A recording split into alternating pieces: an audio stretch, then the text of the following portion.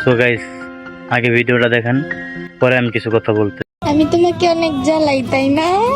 চিন্তা করো না, সামনে আরো বেশি আশিক ভাই, জ্বালাবো। তোমার দিয়া আমি এটা আশা করি নাই। তুমি কয়েকদিন আগে তুমি নিজেই বলছিলা যে যারা কাপল বিয়োগ করে তারা কখনো পুরুষ হইতে পারে না। এখন তুমি নিজে শুরু করলা কাপল ব্লগ। হায় রে ভাই, তুমি না বলতা অমর ভাই ইজ দ্য ব্যান্ড, অমর ভাই তোমার গুরু, তুমি অমর ভাইয়ের শিষ্য।